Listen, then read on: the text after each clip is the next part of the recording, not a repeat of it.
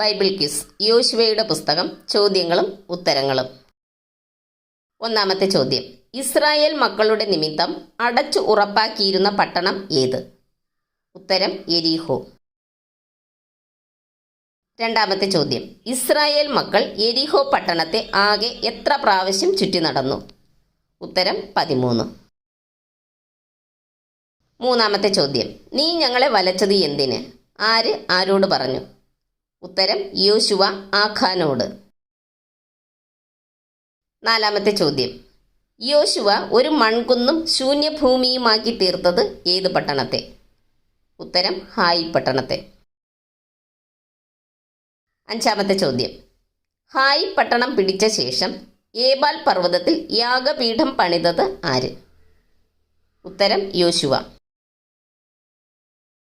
ആറാമത്തെ ചോദ്യം, യഹോവ യുദ്ധം ചെയ്തത് ആർക്കു വേണ്ടി? ഉത്തരം ഇസ്രായേലിനു വേണ്ടി.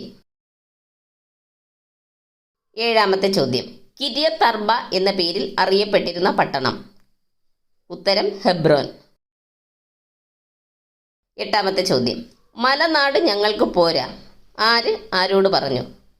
ഉത്തരം യോസേഫിന്റെ മക്കൾ യോശുവയോട്.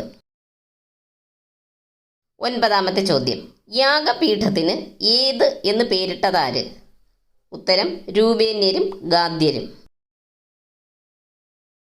പത്താമത്തെ ചോദ്യം, യോസേഫിന്റെ അസ്ഥികളെ അടക്കം ചെയ്തത് എവിടെ?